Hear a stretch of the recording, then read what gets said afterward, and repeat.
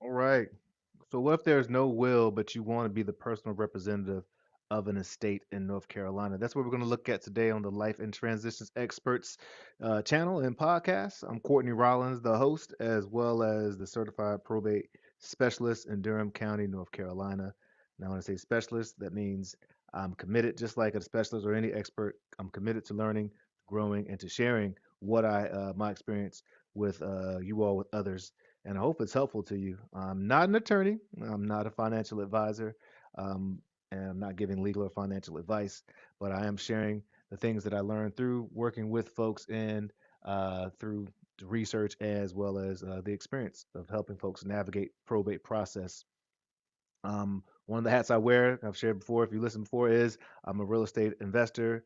And quite often, one of the ways that I'm able to find property is through estates because although it is great. What's up, Jeremy? How's it going, man? It is great to hold on to property. There are times when folks who inherit the property or are the executor or administrator of an estate may find it um, more viable for them to find a quick solution to some of the challenges in the state, whether it's paying debt or having some type of capital to disperse to the beneficiaries, to the heirs. And so selling a property quite often can be the case. Good morning, Maurice. I know that's got to be my beautiful mama. She's who calls me Maurice. So what's up? So I got two awesome folks I know on board checking this out. If you're on YouTube or if you're on Facebook, would love for a like and a subscribe. And feel free to message me any content that you want to be covered. I'll definitely go out there and do my best to serve and to share. So let's get into it. All right. Number one, please understand intestate succession laws. Shout out to attorney Eddie Harrell in District of Columbia, D.C., who helps me pronounce that word. But you want to understand how things are passed or when there's not a will that dictates how the property and how the estate should be carried out. So you need to understand that. Check out old YouTube. I've covered it many times in different, hopefully succinct ways. You can also Google it or just reach out to me and we could go over that. Or, like I said, again, the most important place to go is with a attorney. And if you need an attorney or family estate planning attorney, reach out to me as well because I have a network of vetted professionals ready to serve. So understanding that is very important. You also need to determine if you're eligible. There are certain criteria that you would need to cover.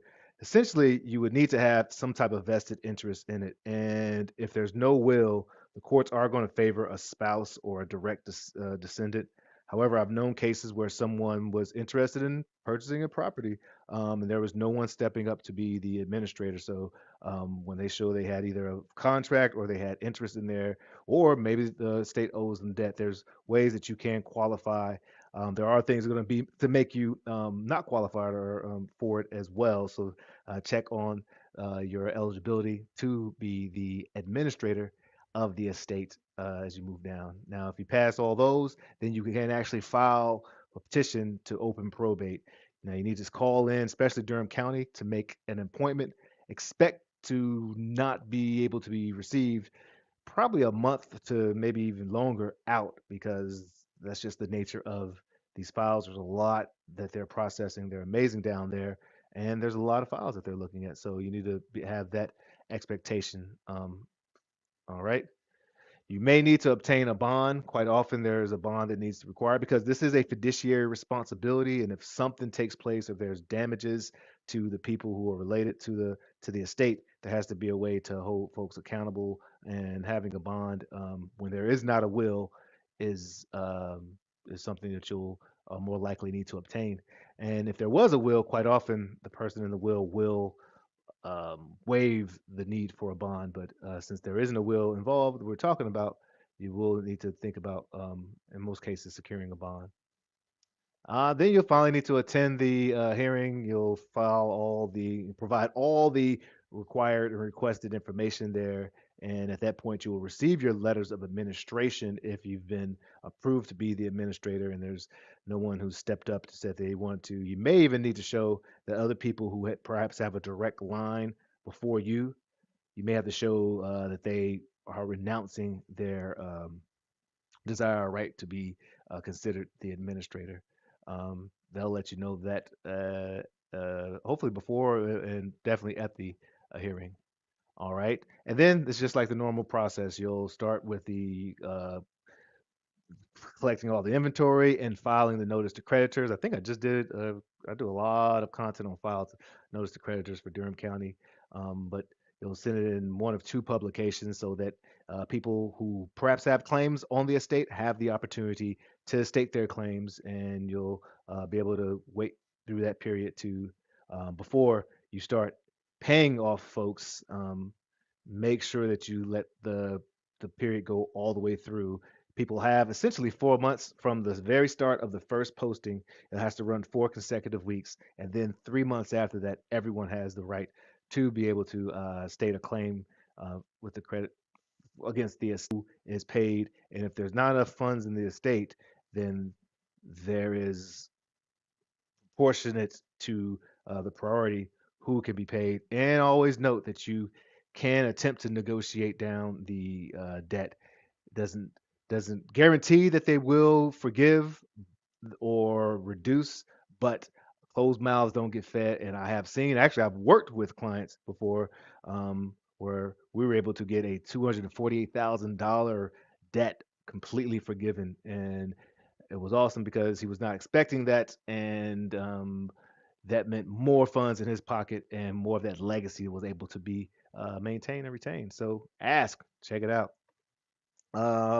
This kind of happened concurrently. You are gathering all the inventory, all the assets, bank accounts, stock, all the joint accounts, everything that is owed and that's owned by the estate. You'll need to make sure you list that because you'll need to show how it's being dispersed or got a call live. We're live. How it's being addressed and dispersed.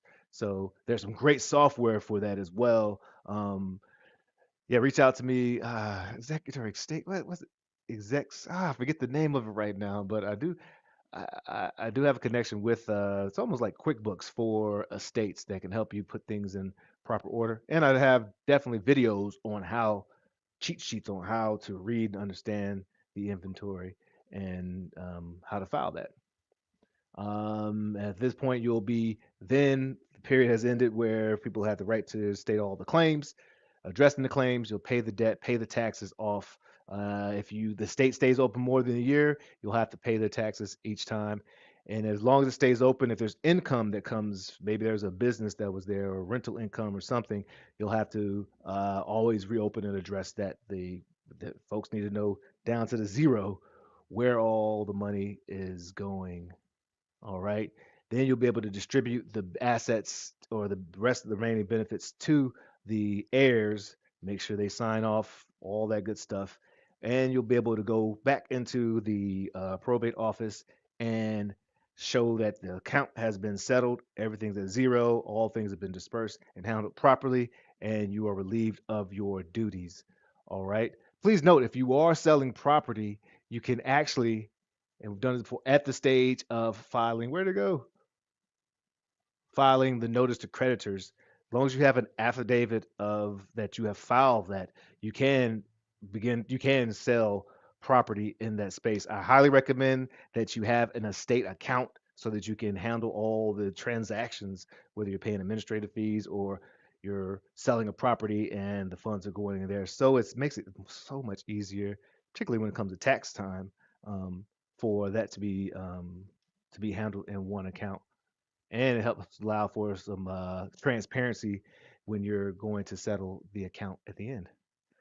All right, folks. So if you need support, if you need probate documents, check out estateproservice.com probate forms. I have all the documents needed for Durham County as of December 21st, 2023. Winter solstice. Shout out, short day here and would love to support you if you need to work with me or I have again I'm at the hub, so we really try to help people any way possible. There's a lot of people on my team, a lot of teams that I'm a part of. This is a team sport right here. That's what life is. So love to support you. Feel free to reach out for free consultation and conversation, I should say, and we'll see what we can do to point you in the right direction. Other than that, this is the Life in Transitions Experts Podcast, LITE. Let your light shine. Cheers.